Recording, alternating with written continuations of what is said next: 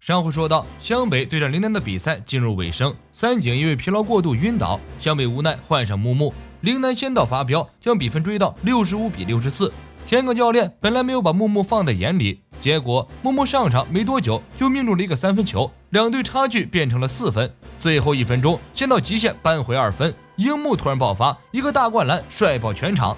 最后湘北以70-66的成绩大败陵南，赢得了全国大赛的参赛权。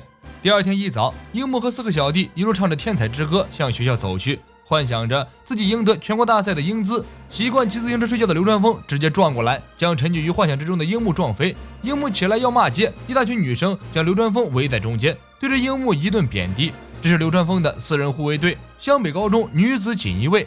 湘北篮球队这次真的是名声大噪，因为在此之前，湘北从未取得过这样的成绩，别说全国大赛了，县内4强都是想都不敢想的。回到教室，樱木因为流川枫过于受欢迎的事情耿耿于怀。这帮娘们儿整天流川枫的，是我樱木魅力不够，还是这帮女的眼神不行？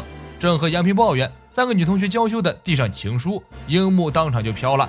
结果翻开情书背面，上面全都写着流川枫亲戚，气得樱木当场把情书团成废纸。3个女同学大骂樱木是个普信男，你以为情书是给你的吗？红毛和尚。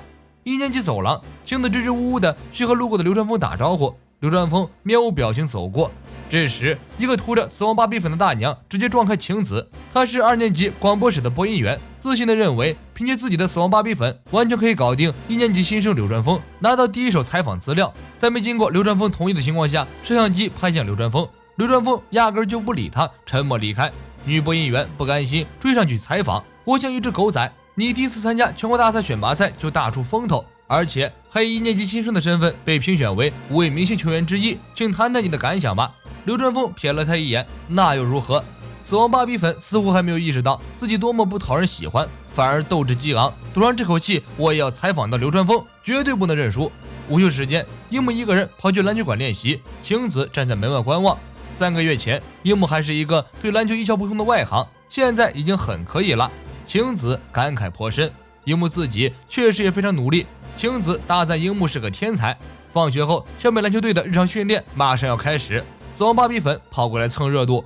木木是个好先生，没好意思拒绝死亡芭比粉。樱木等人以为自己要上电视了，都很高兴。流川枫在一边默默灌篮，樱木气不过，必须要在出风头上与流川枫一争高下。结果风头没出到，出了一脸丑态，现场一片混乱。赤木驾到球场，二话不说，立即召开训练。死亡芭比粉舔着大脸，要求必须完成采访。赤木斜眼看了一眼死亡芭比粉，不要妨碍我们练习，请立刻离开球场。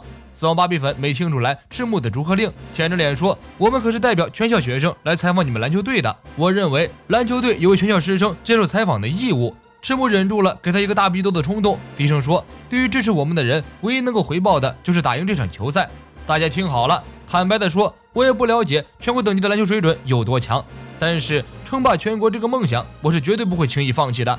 全国大赛的钟声已经敲响了，大赛开始前的1个月才是我们真正的战斗，大家要不断的练习再练习才行。死亡芭比粉坚持赖在现场不走，现在找个机会见缝插针的进去采访。湘北训练赛开始，流川枫一上来就风头大出，看得樱木火冒三丈。为什么一直都是你流川枫出风头？我樱木绝对不能输你！湘北打进全国大赛，几家欢喜几家愁。赤木与木木的篮球生涯延续了，但是同为3年级的鱼柱和池上却面临隐退。高中篮球就是这样，如果在暑假的预赛失败，他们就要被迫准备升学，3年级都会隐退，换上新人来接替。当鱼柱宣布自己要隐退的时候，大家都露出震惊的表情。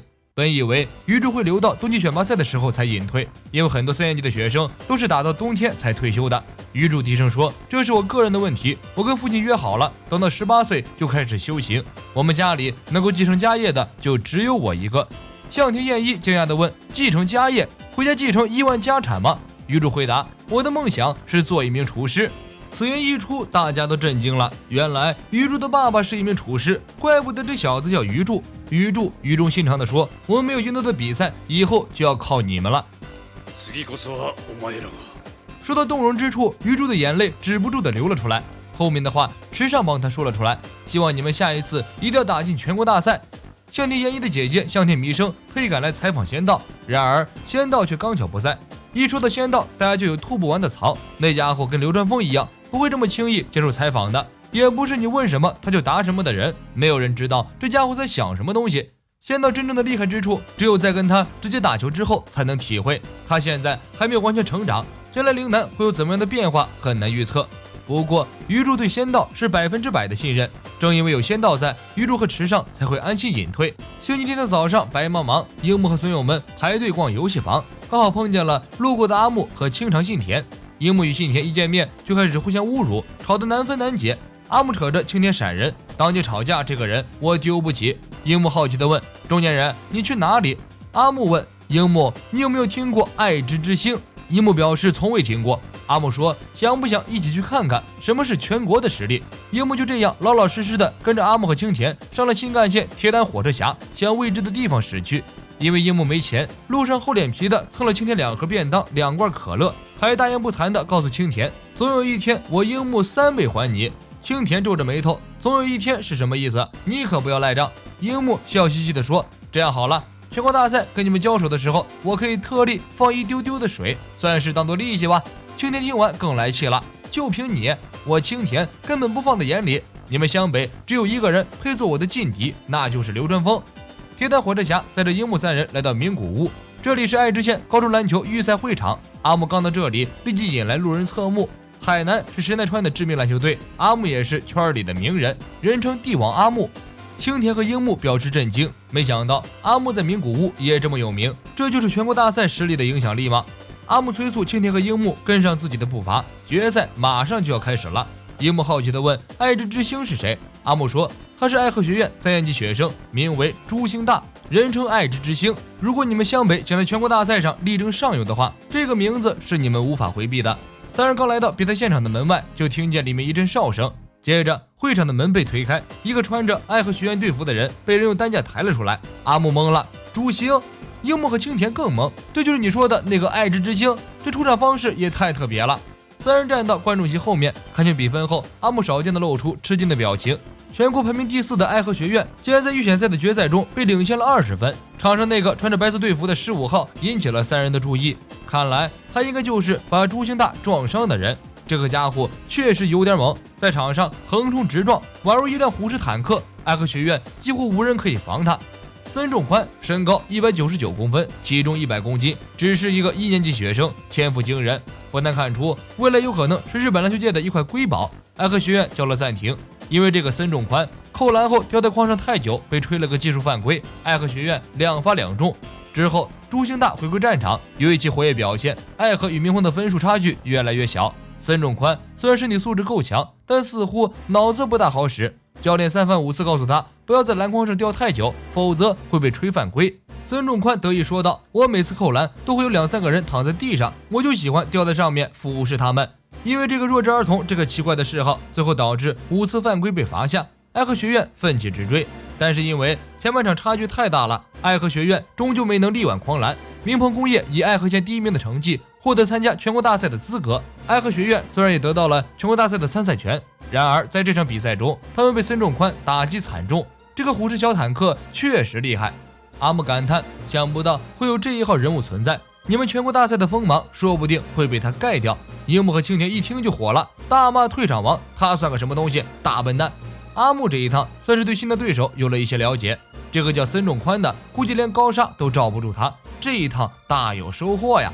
比赛结束，阿木3人在外面刚好遇见明鹏工业的球员走出来，樱木一眼就看到了孙仲宽，于是带着一脸坏笑走过去找茬，故意去撞孙仲宽。没想到这一撞，孙仲宽纹丝不动，樱木一屁股坐在地上。孙仲宽礼貌地说道：“不好意思。”樱木傻眼了，自己是什么选手？湘北柔道部都没人是自己的对手，在力量上自己是第一次输给别人啊！就在阿木3人在名古屋闲逛的同时，陵南的向田研一来到了大阪，他来看望他的初中学弟的。仙道的名气在大阪很响亮，这很大程度上要归功于研一的姐姐的报道。在向田弥生的报道中，仙道被捧成了仙人。丰裕高中王牌球员、著名漫画家岸本嚣张地对研一说：“那个叫什么仙道的，如果在全国大赛上碰见他，一定要让他出丑啊！”原来仙道没进全国大赛啊！由此可见，这小子实力不怎么样。现在的无良记者太多了，总是夸大其词的写文章。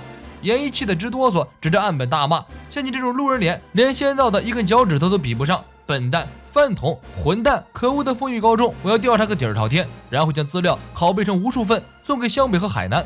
总之，先丑化一下岸本，这就是得罪记者的下场。然而，大阪的真正王者球队并不是风雨高中。在大阪的选拔赛中，大荣学员打得风雨毫无招架之力。不久前，扬言要先到出手的岸本被大荣4号球员土屋纯虐得哭笑不得。土屋纯属于只会冷静型，能够灵活运用队友的长处，跟仙道差不多是同一种类型。安西教练的宅邸，流川枫单独找到安西教练共商大计。他告诉安西教练自己要去美国。安西教练很奇怪，你想去留学？流川枫说我想变得更强，仅此而已。安西教练放下茶杯，轻声说我不赞成你去。此言一出，流川枫和安西教练的夫人同时一愣。安西教练继续说，我看了你们和陵南的比赛录像，你还是略输仙道一筹。你说去美国是不是在逃避什么？更何况全国大赛还有比你更厉害的高手。不管如何，先成为日本第一高中生吧，那时候再去美国也不迟。流川枫对安西教练的告诫很不理解，直到夫人向他讲述了一个故事。安西教练在大学执教的时候，有一个学生跑去美国留学了，那是大概10多年前的事情。那个学生名叫古泽，身高2米多，运动能力过人，是个大有可为的1年级学生。当时安西教练是大学篮球界的名师，人称白发魔鬼，是个以严格出名的魔鬼教练，骂人不留一点情面，惩罚和训练十分苛刻。古泽因为受不了安西教练的严格，于是坐上了去往美国的飞机。1年后，古泽寄来一份录像带，安西教练一眼就看出古泽没有一点长进。那个地方没有人教授古泽基础，球队散漫，没有配合，一盘散沙，这样下去古泽会完蛋的。安西教练辗转各个地方，打听到了古泽留学的学校，留言让古泽回国培养他。可是古泽一直没有回音。后来安西教练用尽各种办法寻找古泽，都没有成功。直到古泽去往美国后的第5年，安西教练在报纸上看到了古泽死亡的消息。后来安西教练从古泽母亲那里拿到了古泽一张遗书，日期是4年前古泽写给安西教练的信，但一直没有寄给安西教练。信中古泽告诉安西教练，自己给球队添了很多麻烦，没有脸回来，自己希望在美国继续努力，有一天给大家一个交代。这一天，安西教练留下白发魔鬼的绰号，从大学篮球界退出了。流川枫突然悟了，难道安西教练怕我成为第2个古泽？第2天，流川枫在学校里碰见安西教练，安西教练再次说出那句话，我相信你的实力，流川枫，首先成为日本第1高中生吧。流川枫毕恭毕敬地说，よろしくご指導ご鞭撻のほどお願いします。